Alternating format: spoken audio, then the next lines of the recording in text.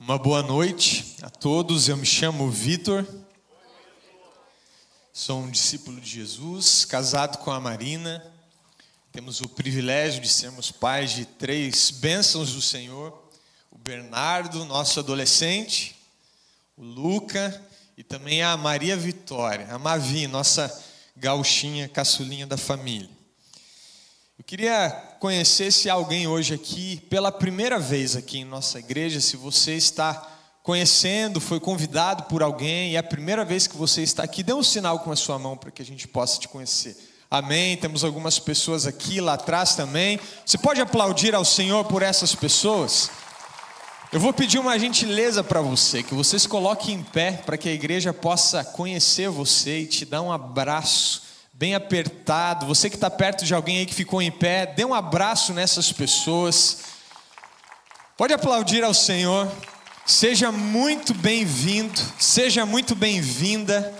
Que alegria é para nós receber vocês aqui na nossa família espiritual. Nosso desejo é que vocês se sintam em casa e que vocês voltem outras vezes. Você pode se sentar, sejam muito bem-vindos. Hoje, dia 15 de junho, é o dia que nós nos lembramos e oramos pela igreja perseguida ao redor do mundo. É o chamado Domingo pela Igreja Perseguida. O tema desse ano é Forçados a Fugir. E o grande objetivo desse movimento, que vem a partir do Ministério Portas Abertas, é que toda a igreja no mundo todo possa, ao menos um dia no ano, se lembrar de todos os nossos irmãos em Cristo, que vivem em um processo de perseguição, simplesmente por serem cristãos. Alguns dados que esse ministério trouxe para a gente, nesse ano, atualizado agora em 2025. Mais de 380 milhões de cristãos enfrentam altos níveis de perseguição e discriminação por sua fé. Nós temos hoje mais de 68 milhões de pessoas deslocadas no mundo. O número de cristãos deslocados apenas em um ano, ali de 2023 a 2024, foi maior do que 180 mil pessoas, que por causa de sua fé precisaram se deslocar de locais onde eram perseguidos. A maioria desses deslocados que precisam sair da sua terra, da sua casa, por causa da perseguição, vive hoje em acampamentos que muitas vezes não têm as condições básicas de sanidade, de água, de alimentação. Nós recebemos com o material da igreja perseguida vários testemunhos desses nossos irmãos em Cristo que vivem esse processo. Eu queria compartilhar um deles com você, que é o testemunho do pastor Soré. O pastor Soré, ele é pastor em Burkina Faso, na África. E ele é um desses cristãos que foi deslocado da sua casa, da sua terra, por causa da perseguição. E uma frase que o pastor Soré, ele disse é que estamos deslocados, mas Jesus não está e nunca estará deslocado de nossas vidas. Ali no cantinho diz que o pastor Soré, ele cuida da sua família e de outras 15 pessoas no acampamento de deslocados, a maioria crianças e adolescentes órfãos em Burkina Faso. Boa parte dessas crianças perderam os seus pais porque eles eram seguidores de Cristo. Essa é uma realidade que nos esquecemos muitas vezes. E pelo menos no domingo da igreja perseguida, somos encorajados a nos lembrar desses irmãos e orar por eles. É isso que nós faremos nessa manhã. Eu vou deixar uma tela aqui do Ministério Portas Abertas, porque eles têm um material abençoado sobre a igreja perseguida, que vale a pena você conhecer e você colocar na sua lista de oração. Você tem ali o Instagram deles, Portas Abertas Brasil, tem o site dele, portasabertas.org.br. Ali você pode conhecer melhor esse ministério, como pode contribuir financeiramente, exercitando a sua generosidade e abençoar esse ministério que tem abençoado tantas igrejas ao redor do mundo. Se você não conhece o Ministério Portas Abertas, ele é conhecido internacionalmente como Open Doors. É um ministério que surgiu a partir de um missionário, um evangelista chamado Irmão André. Ele é conhecido como o contrabandista de Deus. Foi um homem que no século passado arriscou a sua vida distribuindo Bíblias em países em que o evangelho era proibido, em países em que a igreja era perseguida.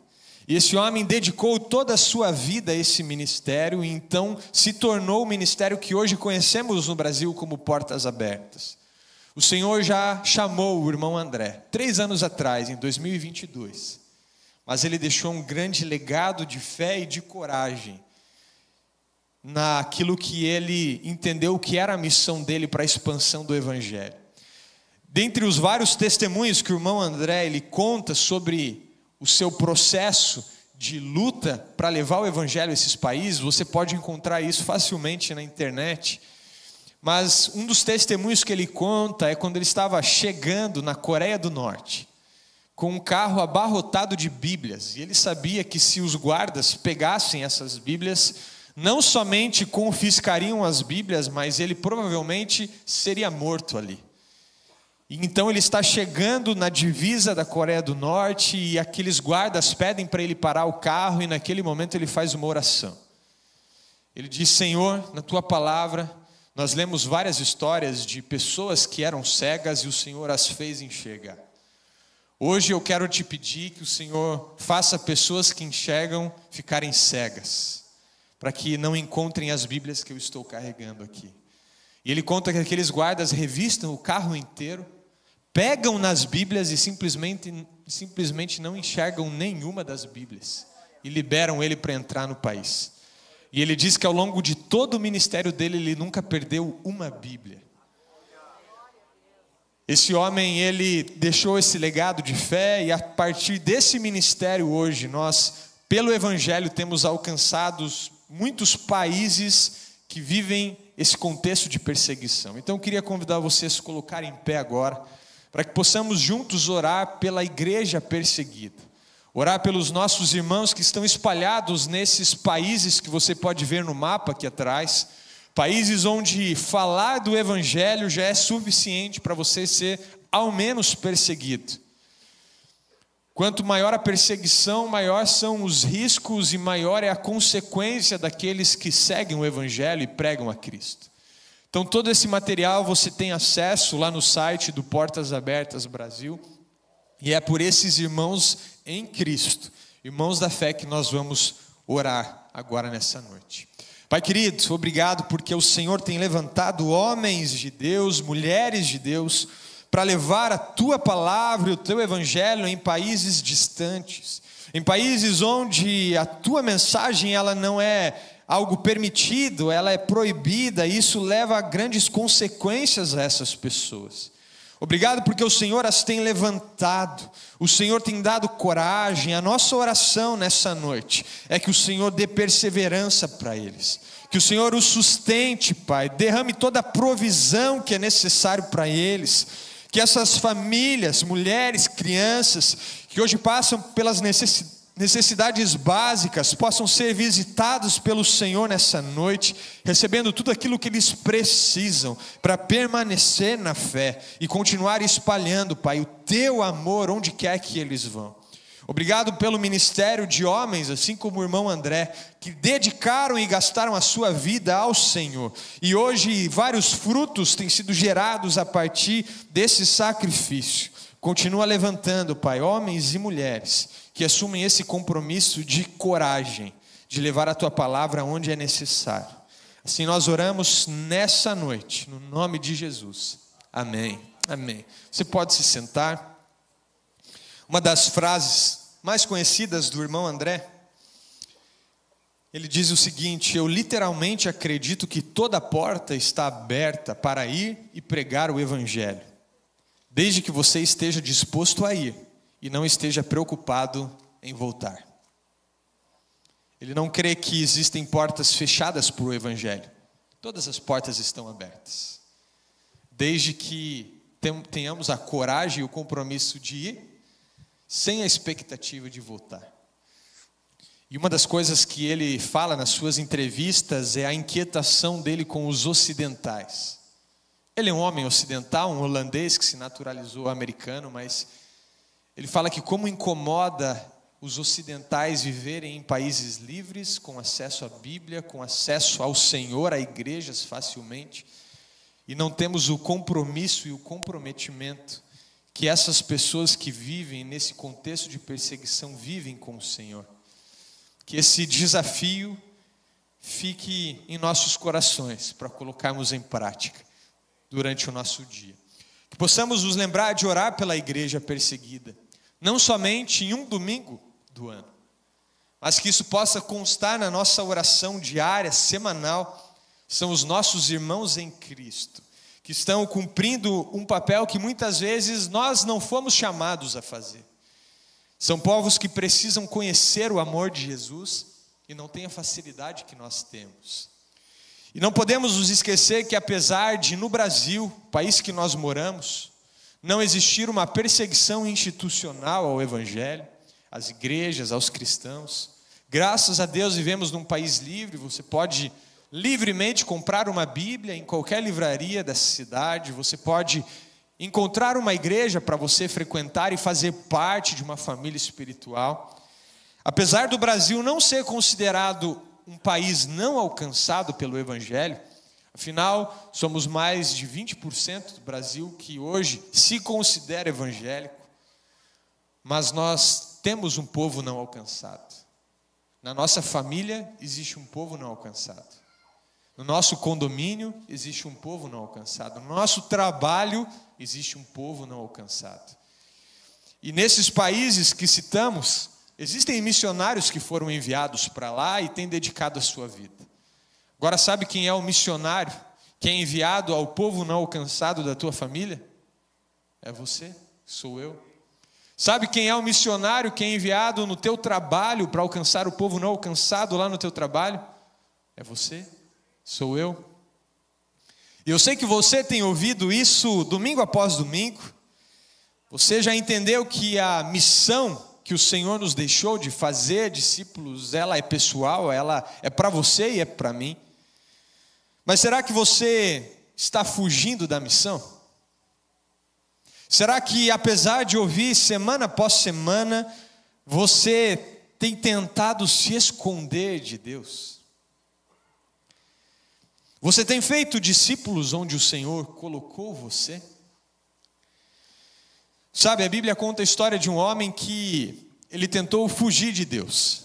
Ele tentou fugir da missão que o Senhor tinha para ele. Tentou se esconder, mas não deu certo por muito tempo. Ele sabia que para ser feliz ele precisava obedecer ao Senhor. E esse homem, apesar de ter fugido, literalmente fugido de Deus, ele reconheceu que precisava obedecer.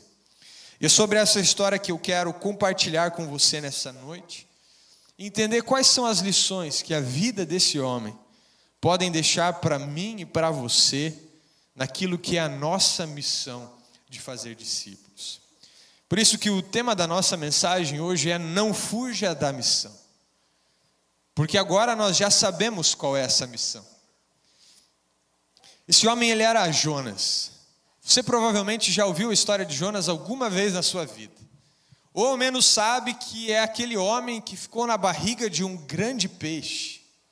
E talvez nunca tenha entendido como isso pôde acontecer. Bom, se você está chegando aqui no nosso prédio, numa família espiritual há pouco tempo, se você ainda não tinha contato com igreja nenhuma, e as histórias da Bíblia ainda não são claras para você, eu quero fazer um resumo da história de Jonas, só para você entender o que estava acontecendo aqui.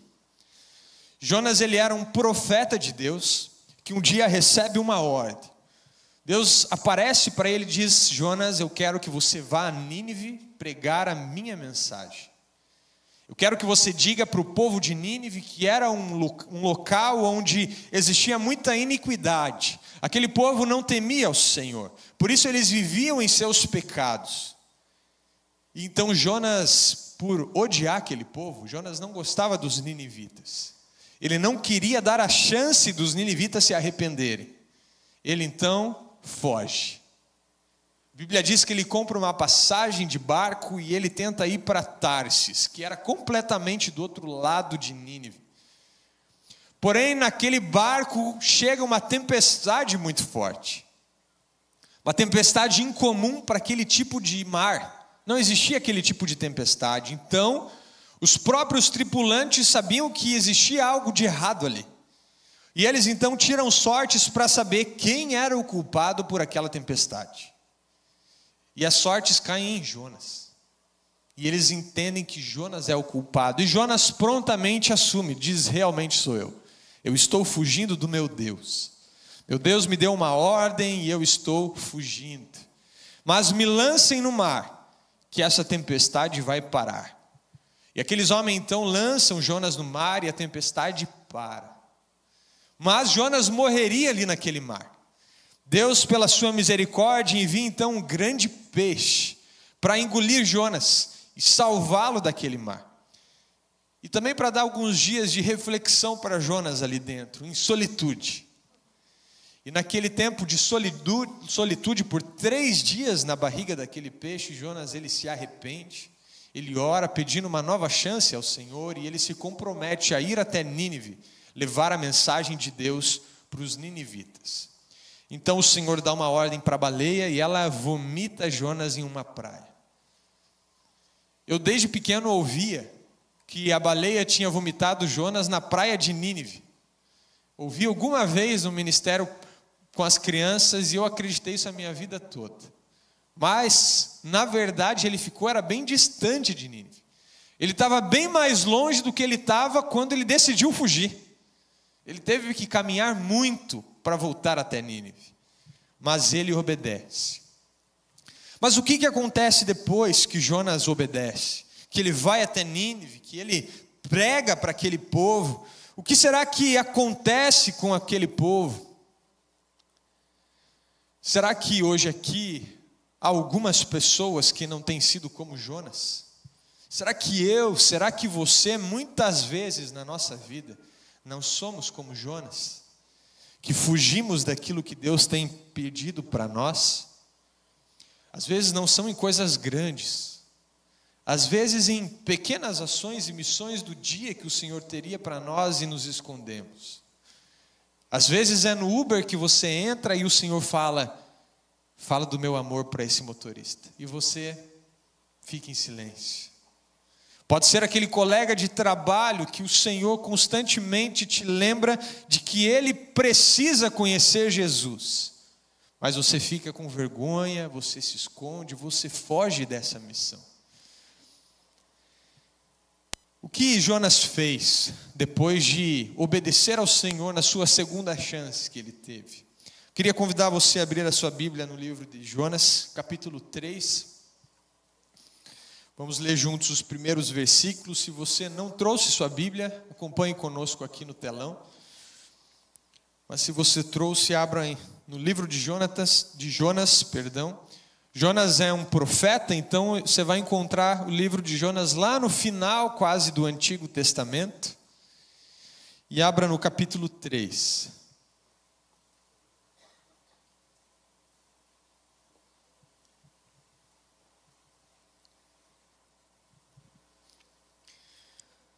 Jonas capítulo 3, aqui Jonas já tinha sido vomitado na praia.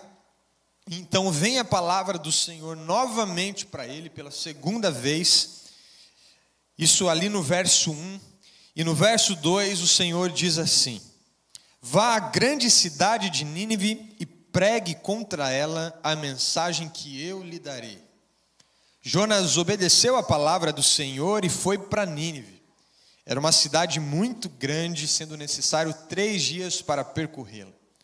Jonas entrou na cidade e a percorreu durante 1 dia, proclamando: daqui a 40 dias Nínive será destruída. Os ninivitas creram em Deus, proclamaram um jejum, e todos eles, do maior ao menor, vestiram-se de pano de saco. Quando as notícias chegaram ao rei de Nínive, ele se levantou do trono, tirou o manto real, vestiu-se de pano de saco e sentou-se sobre cinza. Então fez uma proclamação em Nínive: Por decreto do rei e de seus nobres, não é permitido a nenhum homem ou animal, bois ou ovelhas, provar coisa alguma. Não comam nem bebam. Cubram-se de pano de saco, homens e animais. E todos clamem a Deus com todas as suas forças. Deixem os seus maus caminhos e a violência.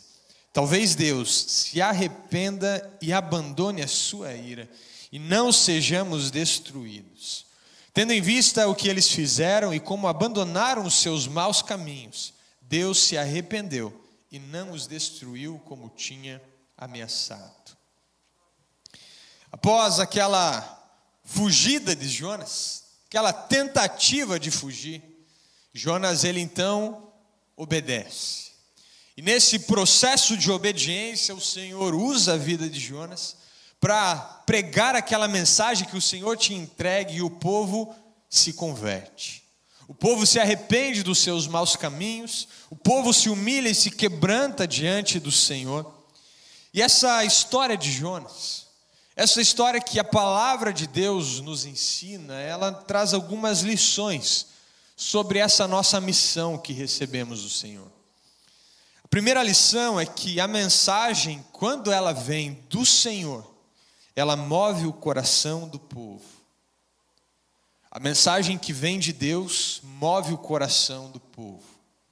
Perceba que no verso 2, quando o Senhor chama novamente Jonas, ele diz: vá à cidade de Nínive e pregue contra ela a mensagem que eu lhe darei.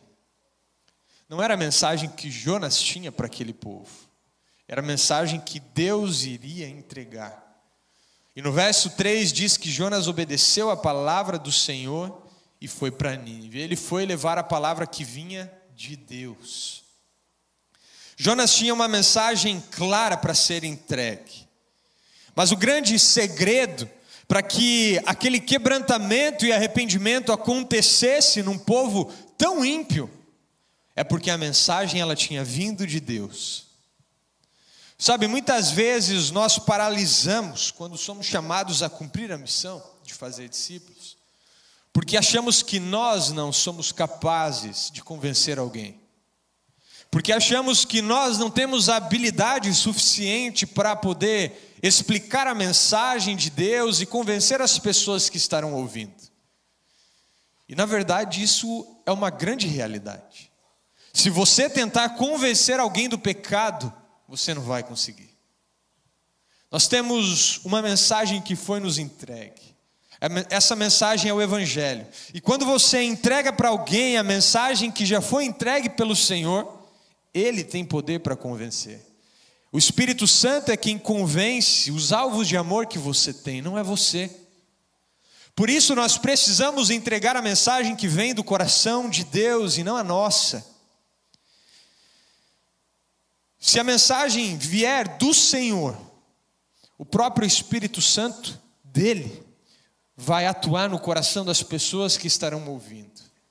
Agora, se a mensagem vier do teu coração, da tua mente, do teu intelecto, aí você estará confiando só na sua mão. Charles Spurgeon, que é considerado o príncipe dos pregadores, ele disse certa vez que é melhor pregar 5 palavras da palavra de Deus do que 5 milhões de palavras de sabedoria humana. O que ele está dizendo aqui é: a mensagem já foi entregue, nós não precisamos inventar a roda. Já existe um evangelho, uma boa notícia que nos foi entregue, e é isso que nós precisamos compartilhar. Paulo entendeu isso.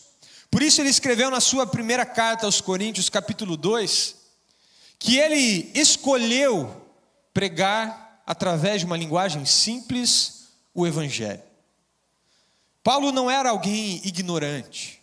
Paulo não era um homem que não tinha estudo, ele era um grande mestre da lei. Ele era um homem erudito, ele não tinha só a cultura hebraica, ele também tinha a cultura grega, ele tinha sido ensinado, ele era um homem culto. Mas olha o que Paulo diz. Ele diz que ele, quando esteve entre o povo, os coríntios, ele não foi com um discurso eloquente.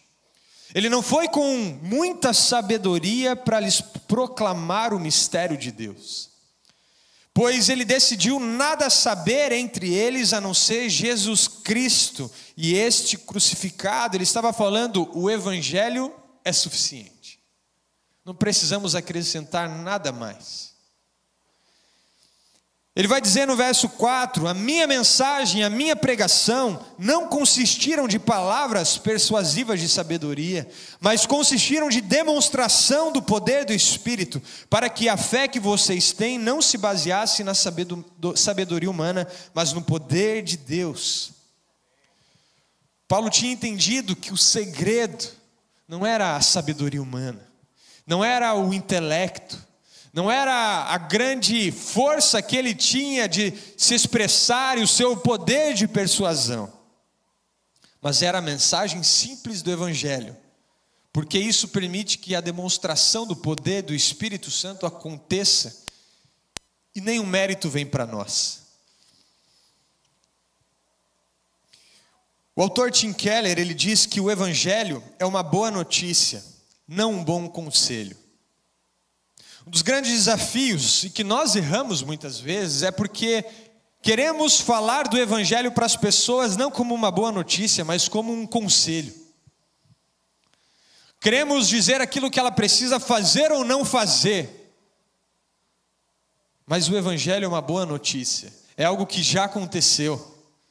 Quando você recebe uma boa notícia, você anseia chegar para as pessoas que você ama e contar aquela notícia. Você não consegue guardar para você aquela notícia. Esse é o princípio do Evangelho. Você descobriu algo que precisa ser compartilhado. E não tem nada a ver com o que a pessoa tem que fazer ou deixar de fazer. Tem a ver com o sangue de Cristo que já foi derramado por ela. O que é essa boa notícia? Essa boa notícia é que nós estávamos separados de Deus por causa do nosso pecado. Então o próprio Deus, ele envia seu Filho Jesus Cristo como homem, assim como nós, que vive nessa terra sem pecado. Então ele entrega a sua vida por mim e por você. Ele morre numa cruz, mas ele não fica morto, ele ressuscita. E quando ele ressuscita, ele vence a morte. E a partir dessa vitória que ele teve sobre a morte, nós temos o acesso a ele. E também o poder de um dia ressuscitarmos da nossa morte. E só precisamos confiar nisso. E entregar para esse Jesus que se entregou por nós, a nossa vida. E convidar Ele para ser o único, suficiente Senhor e Salvador das nossas vidas. Essa é a boa notícia. Eu não preciso inventar nada além. Eu não preciso chegar nas pessoas com uma mensagem de sabedoria, uma mensagem intelectual.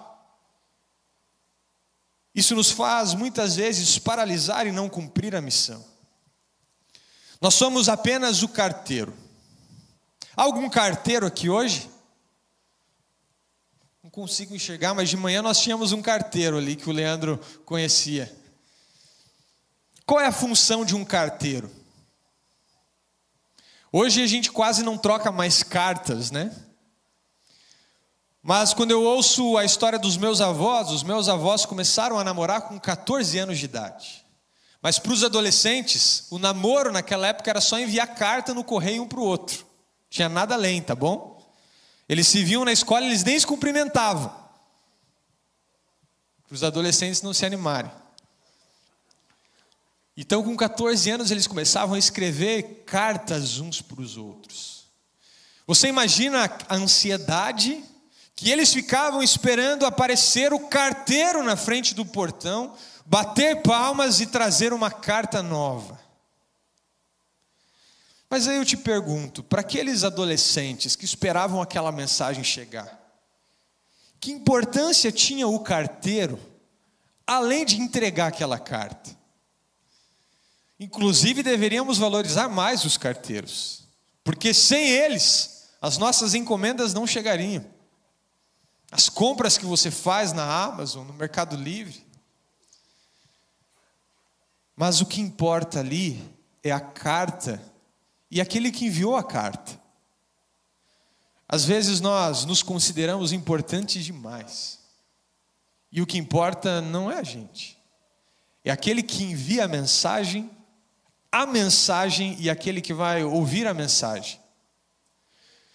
Sabe, toda vez que eu tenho a responsabilidade de trazer uma mensagem aqui no domingo, eu faço uma oração. Falo: Senhor, Tu és o rei, que tem um povo, e o Senhor tem uma mensagem para esse povo. Eu quero só saber qual é a mensagem que o Senhor tem e quero entregar. Sabe o que tem importância? O rei, a mensagem que o rei tem e o povo que vai receber a mensagem. O mensageiro não tem valor nenhum. Então, quando você for desafiado pelo Espírito Santo a entregar a mensagem do Senhor para alguém, não ache que você tem um valor maior do que realmente tem. O que realmente tem valor é a mensagem do Evangelho, é o rei que mandou você entregar e a pessoa que vai ouvir. Você é só o carteiro. Que privilégio sermos só o carteiro do Senhor. Assim como Jonas, nós somos apenas mensageiros. A carta, ela vem do Senhor. A mensagem, ela vem de Deus. Se formos fiéis e entregarmos aquilo que Ele nos entregou, a mensagem dEle tem poder para mover o coração das pessoas. Segunda lição que eu aprendo nesse texto é que o arrependimento move o coração de Deus. Você percebe que Jonas já sabia o que poderia acontecer, por isso que ele não queria ir imediatamente, porque ele sabia que se o povo realmente se arrependesse, eles seriam salvos. E isso incomodou Jonas. Mas aquele povo se arrepende de verdade, tanto que eles proclamam ali um jejum coletivo para arrependimento dos pecados. Eles vestem roupas de saco, eles sentam sobre as cinzas. Isso naquele contexto histórico significava humilhação. Eles estavam se humilhando, dizendo: Senhor, nós pecamos e queremos nos humilhar diante do Senhor. E a palavra de Deus diz que esse quebrantamento, esse arrependimento, fez com que o Senhor mudasse o rumo. Olha o que vai dizer no verso 10. Tendo em vista o que eles fizeram e como abandonaram os seus maus caminhos, Deus se arrependeu e não os destruiu como tinha ameaçado. Você pode estar se perguntando: mas como assim Deus se arrependeu? Deus se arrepende? E como que ficam textos da Bíblia, como por exemplo Números 23:19, que vai dizer que Deus, Ele não é homem para mentir, Ele não é filho do homem para que se arrependa. Como é que outros textos dizem que Deus se arrependeu? A Bíblia se contradiz. Se tem uma coisa que nós podemos ter paz e tranquilidade, é que na Bíblia não há contradição alguma. Então, toda vez que a Bíblia citar esse termo, arrependeu-se, Deus se arrependeu, nada mais é do que um recurso linguístico para que possamos entender pelo menos um pouco a mente de Deus. Mas somos seres humanos, não conseguimos compreender por completo a mente do Senhor. Então esse termo, quando ele se refere a Deus, ele tem um nome técnico, que parece difícil, mas é simples de entender. Ele se chama antropopatia. Repete comigo: antropopatia. Você nunca mais vai esquecer disso. Antropopatia nada mais é do que quando nós atribuímos a Deus características e sentimentos que são dos seres humanos. Então aquilo que Deus sentiu naquele momento pode se assemelhar ao que nós, como seres humanos, sentimos como um arrependimento. Mas não é de fato o sentimento de Deus. E qual é o sentimento de Deus? Nós nem conseguimos compreender. Por isso que se usa um termo que nós conhecemos. Mas o que nós podemos entender aqui é que assim como o homem estava caminhando numa direção de pecado, e ele decide se converter do seu pecado e passar a viver uma nova vida, da mesma forma Deus tinha um plano para aquela terra, e era destruir tudo.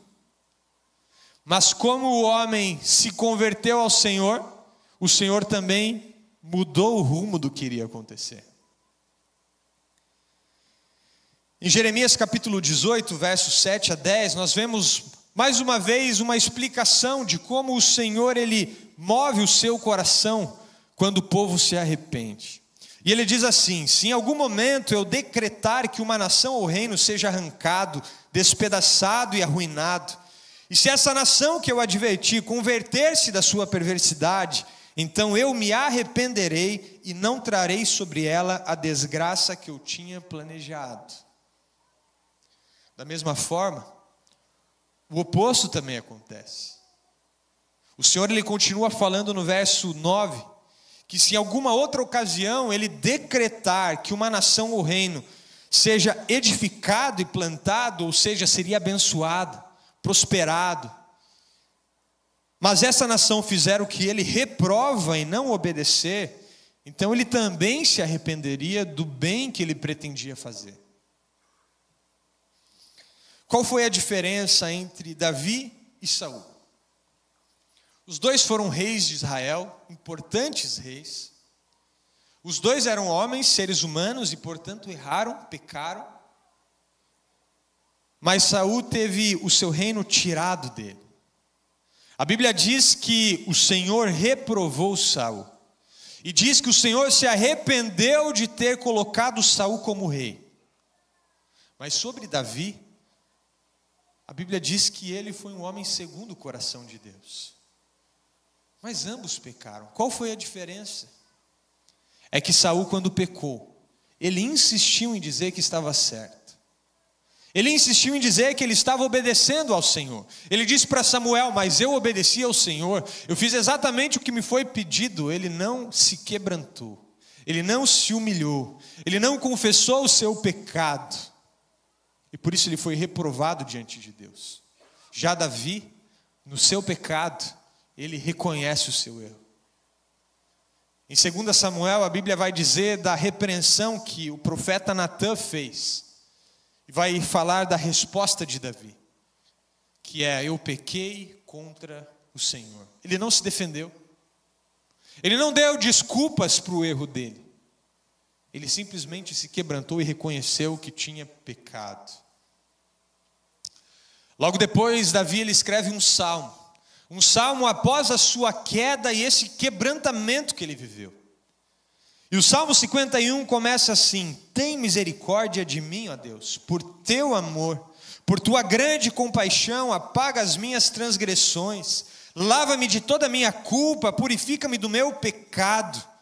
Davi estava realmente arrependido, profundamente quebrantado. Ele se humilhou diante do Senhor e queria, de forma genuína e de coração, caminhar de forma diferente. Por isso ele foi considerado um homem segundo o coração de Deus.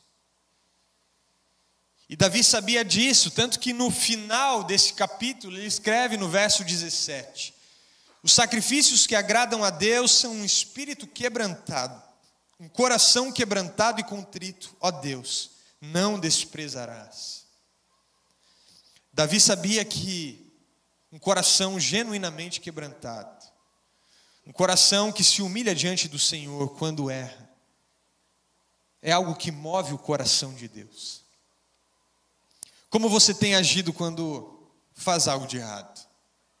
Como tem sido o seu coração quando você peca? Ele tem sido como o de Saul, que se endurece, que é orgulhoso e resistente? Ou você se quebranta diante do Senhor? Você confessa o seu erro, o seu pecado e busca de fato uma mudança? O povo de Nínive se arrependeu de coração.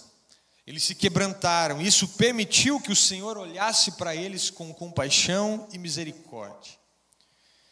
Sabe quem agiu assim? O pai do filho pródigo. E interessante que Tim Keller ele tem um livro sobre essa história que ele chama de O Deus Pródigo, é o nome do livro. E ele fala nesse livro que o verdadeiro título dessa parábola deveria ser O Deus Pródigo.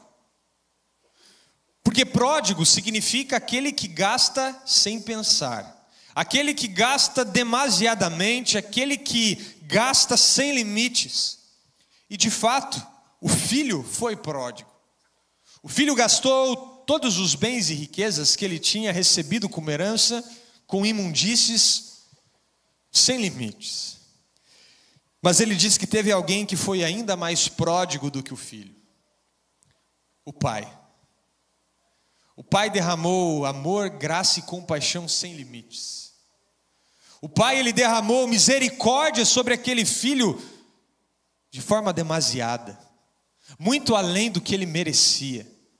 Portanto, mais pródigo do que o filho foi o pai pródigo. E a bênção é que nós temos um pai pródigo.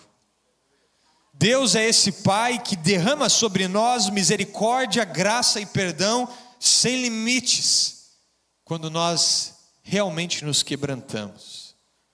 Porque o filho pródigo, ele voltou arrependido e quebrantado. Em Lucas capítulo 15, verso 21, vai nos dizer qual foi a postura do filho. E ele diz assim: Pai, pequei contra o céu e contra ti, eu não sou mais digno de ser chamado teu filho. E depois disso, o pai então o recebe com um grande banquete, entrega de melhor que tinha. Nós temos esse Deus pródigo. Nós confiamos em um Deus que derrama sobre nós muito mais do que nós merecemos. Mas Ele é esse Pai que espera que os seus filhos se arrependam e o busquem com o coração quebrantado, pois isso move o seu coração.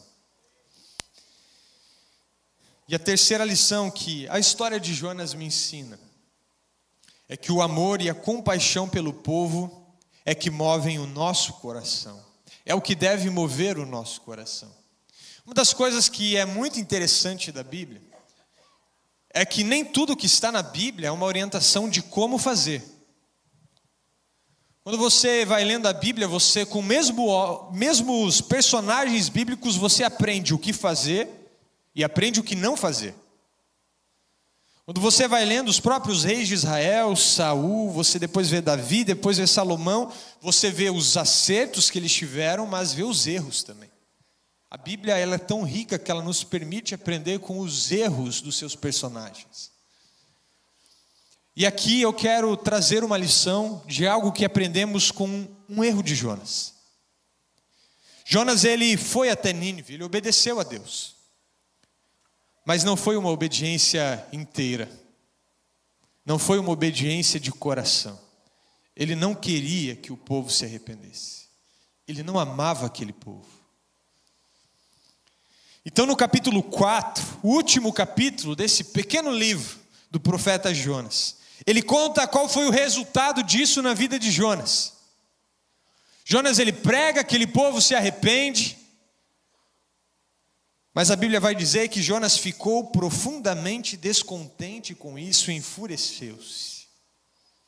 Ele orou ao Senhor e disse: Senhor, não foi isso que eu disse quando ainda estava em casa. Foi por isso que eu me apressei para fugir. Eu sabia que tu és Deus misericordioso e compassivo, que és muito paciente, cheio de amor, que promete castigar e depois se arrepende. E ele ainda pede: Senhor, tira a minha vida. Eu imploro. Para mim é melhor morrer do que viver. Isso só aconteceu porque Jonas não amou aquele povo. Jonas não teve compaixão daquele povo. Interessante que a reclamação de Jonas sobre o amor, sobre a misericórdia, sobre a paciência que Deus tinha com o povo, foi exatamente o amor, a misericórdia e a paciência que Deus teve com Jonas. Quando ele iria morrer naquela tempestade, quando ele iria morrer dentro daquele peixe, o Senhor teve misericórdia dele. O Senhor teve compaixão. O Senhor o amou. O Senhor o salvou. Quando ele se arrependeu na barriga do peixe, o Senhor se arrependeu do que faria com ele. Exatamente aquilo que ele viveu, ele se incomodou de um povo que ele não amava estar vivendo. Esse é o princípio da religiosidade. Acharmos que o outro é mais pecador do que nós. E que eles não merecem a graça e a misericórdia de Deus que um dia nos alcançaram. Isso nos impede de amar as pessoas. E isso faz com que o nosso coração queira fugir da missão, queira fugir do povo onde o Senhor nos colocou, queira fugir da terra onde o Senhor nos colocou, porque ainda não temos o amor e a compaixão pelo povo que o Senhor tem. Nós não precisamos viver uma tempestade na nossa vida, não precisamos ser engolidos por um peixe para cumprirmos a missão. Só precisamos amar as pessoas, só precisamos olhar para elas como Jesus olha e ter compaixão. Isso já moveria o nosso coração para fazer discípulos, para pregar o Evangelho, para orar por salvação na vida dessas pessoas.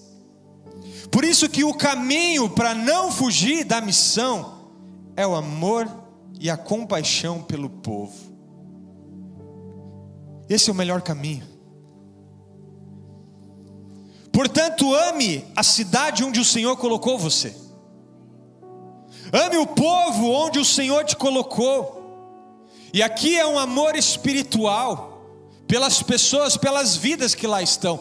Não um amor patriótico, de amar a estrutura da cidade, de amar a história da cidade. Nada disso está errado, mas vai muito além. Se você não amar o povo, as pessoas, você vai simplesmente defender um bairrismo e não vai fazer discípulos. Agora, quando você olha com compaixão para as pessoas que estão à sua volta, para aqueles que não foram alcançados por Jesus, você se move com a motivação certa. Semana passada estivemos em Curitiba, e eu, a Marina, um casal de pastores da nossa equipe, o Roger e a Sandra, e nós estávamos andando de carro pelas ruas de Curitiba e eles falaram: como essa cidade é organizada, como ela é bonita, como ela é limpa, como a sinalização aqui é ótima. E eu falei para eles: realmente é uma cidade incrível nessa perspectiva. Mas eu amo Porto Alegre, eu falei para eles. Eu não trocaria Porto Alegre por nenhuma outra cidade do mundo. Sabe por quê? Porque o Senhor tem colocado no meu coração um amor não pelas estruturas, pelas ruas, pelos prédios, mas pelo povo que está aqui. E é essa compaixão, esse amor pelo povo que move o nosso coração, que nos coloca no lugar que o Senhor quer que nós estejamos. Se você tem o privilégio de ter nascido aqui, de ser um gaúcho de sangue, ame a sua terra. Mas não ame a sua terra pela sua história. Não é apenas isso, ame com compaixão o seu povo. Clame por salvação do seu povo. Estamos há 3 anos aqui. E eu já conheci muitos amigos gaúchos que nasceram aqui, que querem sair do Rio Grande do Sul, porque não vem mais esperança aqui, só esperam uma oportunidade para cair fora. Querido, deixa eu te dizer, permanece. A não ser que o Senhor esteja te direcionando para cumprir a tua missão de fazer discípulos em outro lugar, e Ele pode fazer isso, Ele é soberano. Mas não se mova por prosperidade financeira, não se mova apenas por qualidade de vida, porque o Senhor pode te usar aqui para transformar essa sociedade.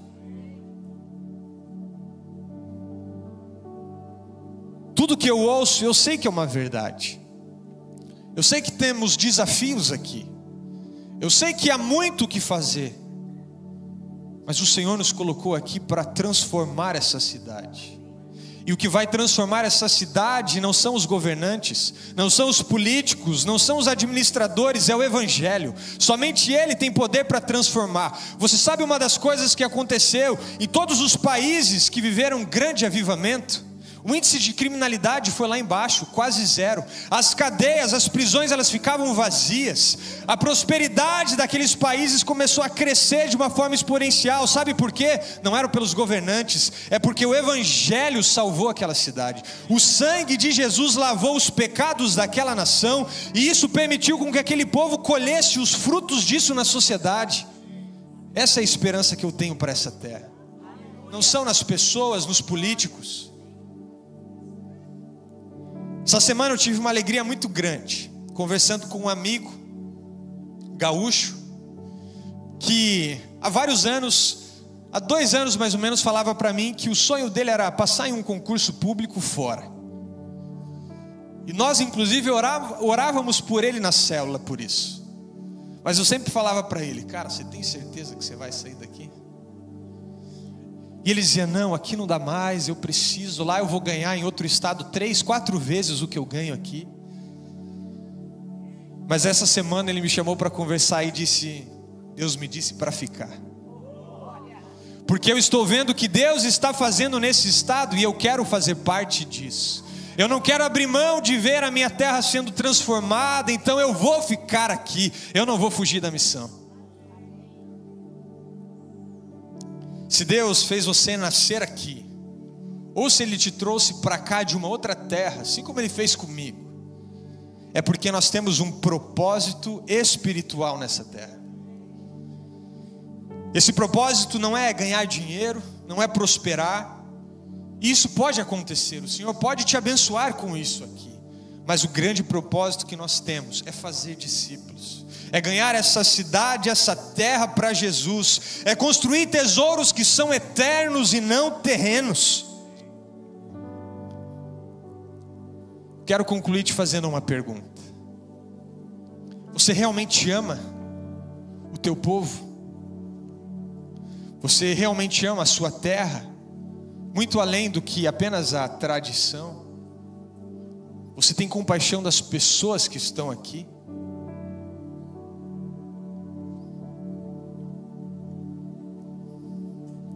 Se você não amar, se você não tiver compaixão profunda e genuína pelo teu povo, você não vai orar por eles, você não vai clamar ao Senhor pela salvação da tua terra.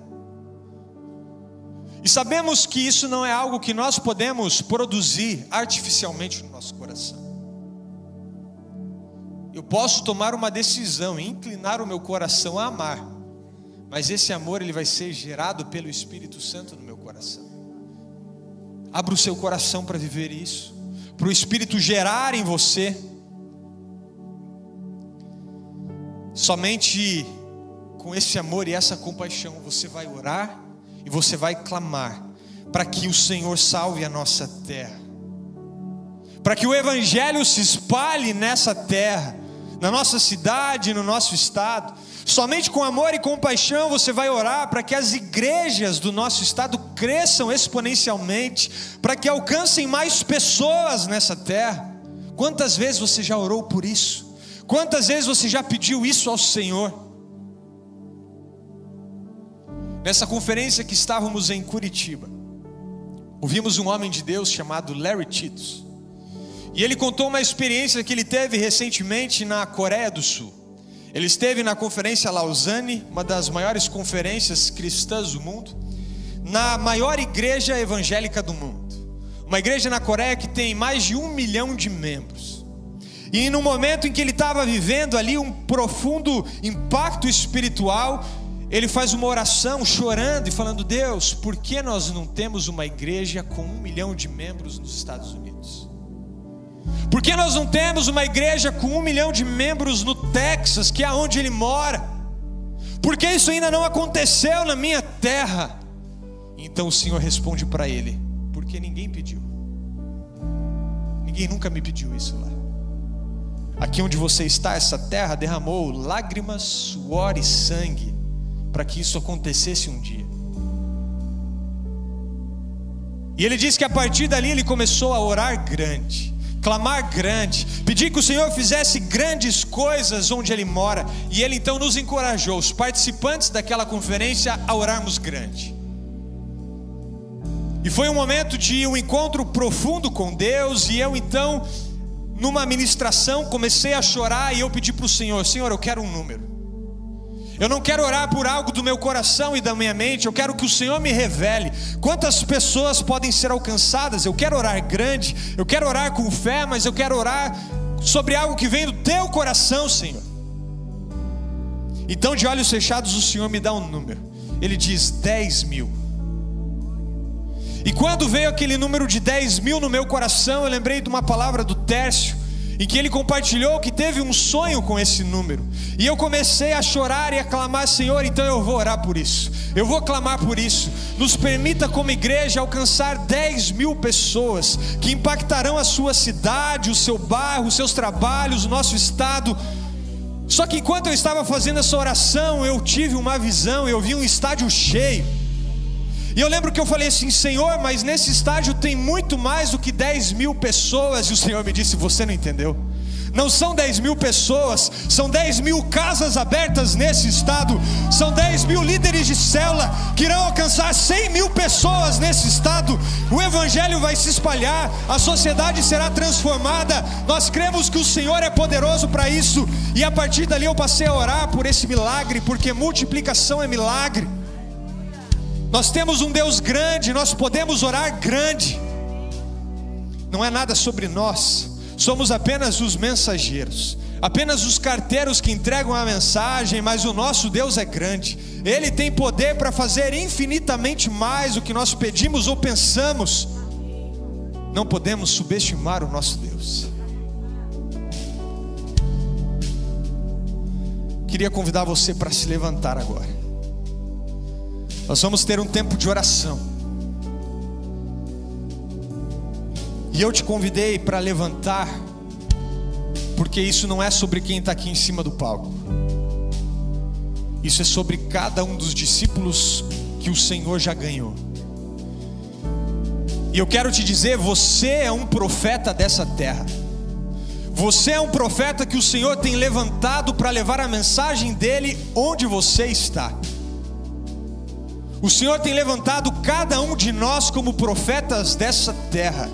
Temos que decidir se vamos fugir ou não. Temos que decidir se vamos amar e ter compaixão desse povo ou não. Mas o Senhor está nos convidando para sermos os profetas dessa terra. Vai aparecer no telão uma foto simbólica, uma foto de Porto Alegre, com um versículo que eu creio ser profético para o nosso tempo. E eu quero convidar você a orar pela nossa cidade. Se você mora em alguma outra cidade que não é Porto Alegre, eu quero que você coloque a sua cidade agora diante do Senhor, e que você faça essa oração para a sua cidade. Eu quero convidar você a ler esse versículo comigo, aonde nós colocamos o nome da cidade, aonde a profecia era sobre Jerusalém. E se você mora em Porto Alegre, você vai ler esse versículo como Porto Alegre. Se você mora em alguma cidade próxima aqui, qualquer outro lugar, você vai falar o nome da sua cidade. E nós vamos declarar aquilo que o Senhor vai fazer na nossa terra, aquilo que o Senhor tem poder para fazer no nosso povo. Vamos ler juntos, com fé, com força, aquilo que o Senhor pode fazer em nosso meio. Todavia, trarei restauração e cura para ela. Eu curarei o meu povo e lhe darei muita prosperidade e segurança.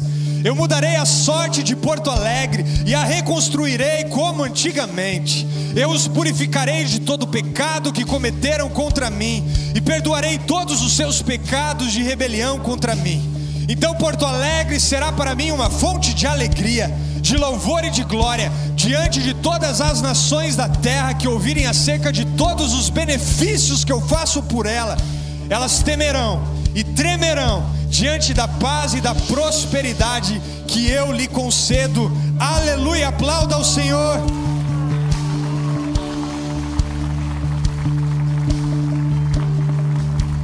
Você pode se sentar. No finalzinho do capítulo 4, o Senhor tem um encontro profundo com Jonas. Um dos poucos livros da Bíblia que terminam com uma pergunta. Jonas está no pé de uma planta, reclamando e murmurando. Então, quando vem o sol, o Senhor faz ali brotar folhas que protegem Jonas do sol. E ele por um instante para de reclamar e agradece ao Senhor pela planta. Mas Deus, na outra noite, ele faz a planta secar. E Jonas reclama de novo e diz: Deus, olha o sol na minha cara, o que o Senhor fez? Então o Senhor, com muita sabedoria, diz para ele: você tem pena dessa planta, embora não a tenha podado, nem a tenha feito crescer. Ela nasceu numa noite morreu. Contudo, Nínive tem mais de 120 mil pessoas que não sabem nem distinguir a mão direita da esquerda, além de muitos rebanhos. Não deveria eu ter pena dessa grande cidade? O Senhor conhece cada pessoa, cada habitante de Porto Alegre, cada habitante do Rio Grande do Sul. O Senhor os conhece pelo nome. O Senhor sabe tudo aquilo que eles viveram, os traumas, as alegrias. O Senhor os viu nascer. O Senhor ama e tem compaixão desse povo. Por isso eu queria ler com você uma paráfrase desse versículo, aplicado à nossa terra. De acordo com o último censo, 13% da nossa cidade é evangélico. Mesmo que consideremos que os 13% já são salvos, o que sabemos que não é uma realidade, pois muitos que se consideram evangélicos nunca tiveram um encontro real com Jesus. Mesmo se considerássemos, dos 1.300.000 habitantes, apenas 173 mil são evangélicos. Isso significa que ainda existem 1.159.000 pessoas a serem alcançadas. E a paráfrase desse versículo diz assim: mas o Senhor nos diz: amamos tantas coisas que não têm vida, que são terrenas e passageiras. Contudo, Porto Alegre tem 1.159.576 pessoas que não sabem o que é certo e errado diante de Deus, e estão caminhando para o inferno. Não deveríamos nós amar e ter compaixão do povo dessa cidade como o Senhor tem?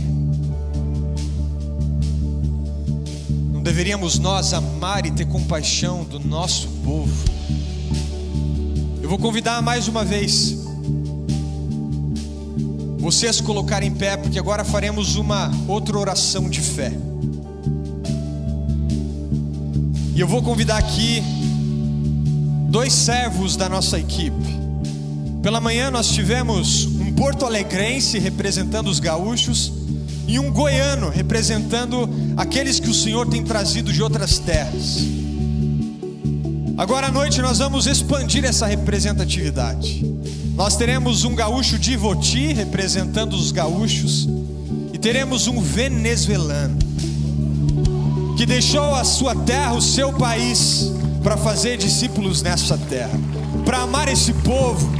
E nós queremos orar pelo nosso estado e pedir que o Senhor coloque um amor e uma compaixão no nosso coração pelo nosso povo, que vai muito além da terra e da tradição. Uma compaixão pelas vidas das pessoas que precisam conhecer Jesus.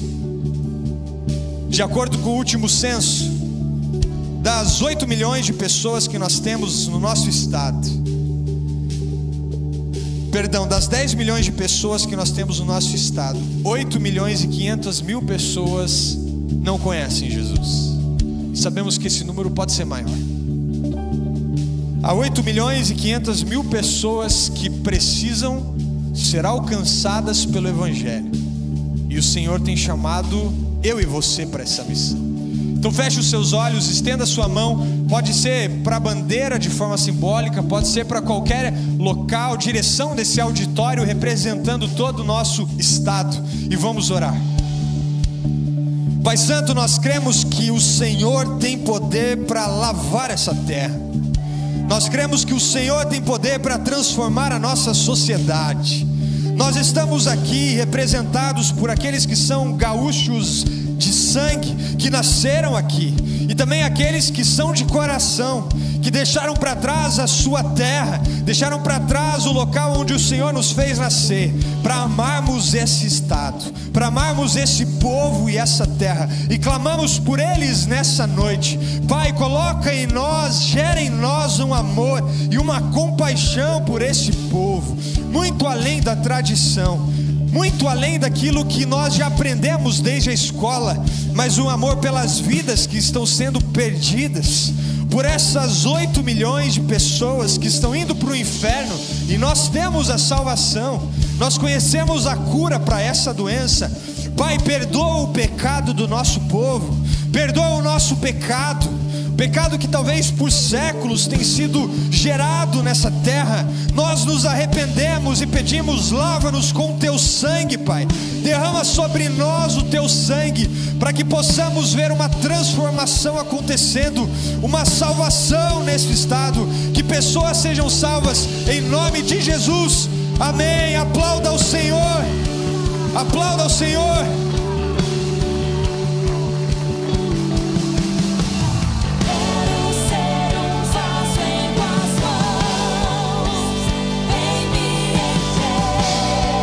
Pelo encher do Espírito Santo. Teu poder me faz transbordar. Não pares mais, me faz transbordar. Quero ser vaso em tuas mãos. Vem me encher, vem me encher.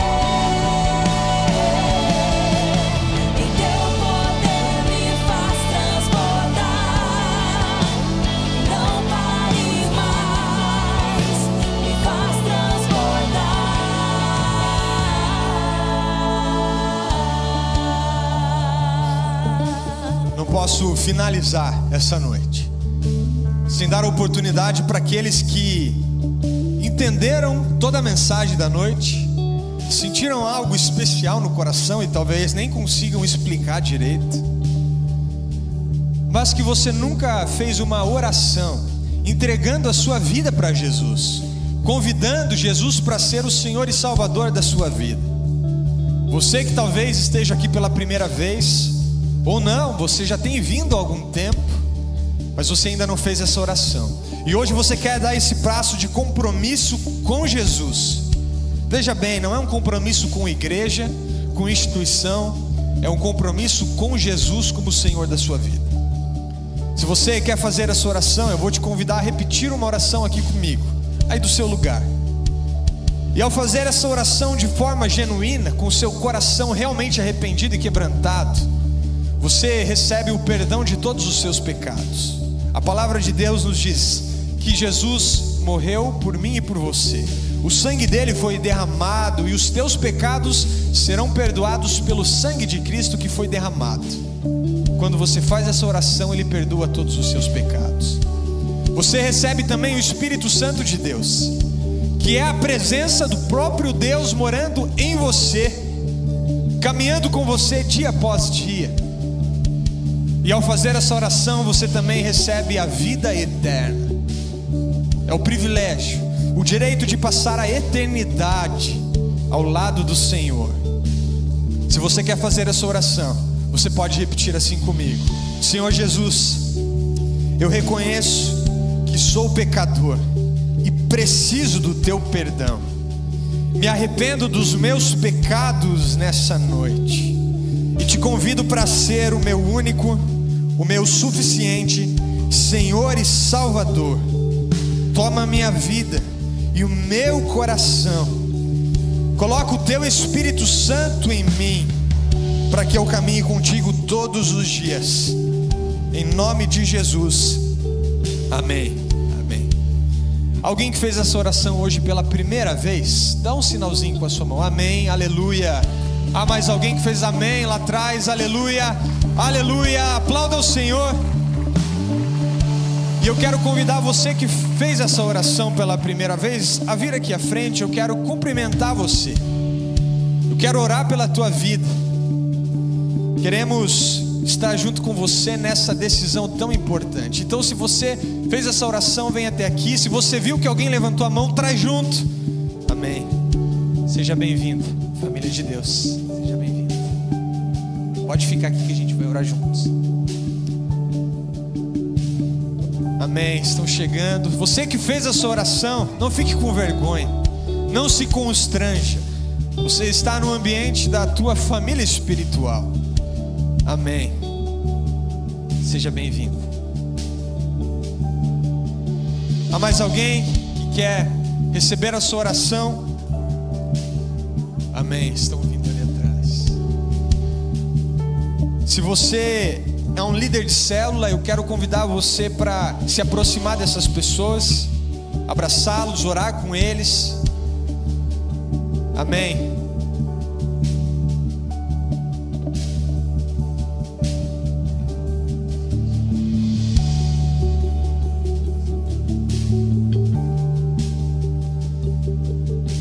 Para você que tomou essa decisão, eu quero dizer algumas coisas para vocês.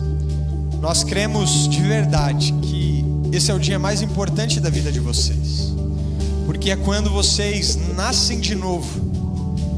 Nós nascemos biologicamente, temos uma data de nascimento, mas hoje é o dia que vocês recebem uma nova data de nascimento, quando vocês nascem espiritualmente do Espírito de Deus. E acreditamos que o próximo passo para vocês é o batismo, porque é quando nós representamos aquilo que já está acontecendo no coração de vocês, o nascer de novo. Então eu quero orar por vocês para selar esse tempo. A oração mais importante vocês já fizeram. A oração de vocês com o Senhor, ela é a mais importante. Mas eu quero ter o privilégio de fazer parte desse momento também. Amém? Senhor Deus, obrigado porque hoje houve salvação aqui. O Senhor gerou novos discípulos espirituais. Obrigado por cada um deles. Que em nome de Jesus eles possam receber o Teu Espírito Santo, sejam selados e batizados pelo Teu Espírito nessa noite. Que eles possam realmente, de forma genuína, entregar as suas vidas, Pai, para Ti como único, suficiente Senhor e Salvador. Quando não há espaço para mais nenhum Senhor, apenas para Ti. Caminha com eles todos os dias. Coloca neles um anseio por estar na Tua presença, por ler a Tua palavra, por orar, por Te encontrar a cada dia. E que o Teu Espírito Santo os ajude nessa caminhada. E que eles nunca se sintam sozinhos, porque agora eles fazem parte de uma família espiritual, a família do Senhor. Assim nós oramos, em nome de Jesus. Amém, amém, amém. Queria convidar vocês a receberem mais uma oração. Temos uma equipe que está preparada para receber vocês naquela sala, orar especificamente por algum pedido que vocês possam ter e receber uma lembrancinha da nossa igreja para vocês também. Então vocês podem se direcionar até aquela salinha ali ao lado. Quem está com você vai acompanhar junto e depois vocês retornam para cá. Amém.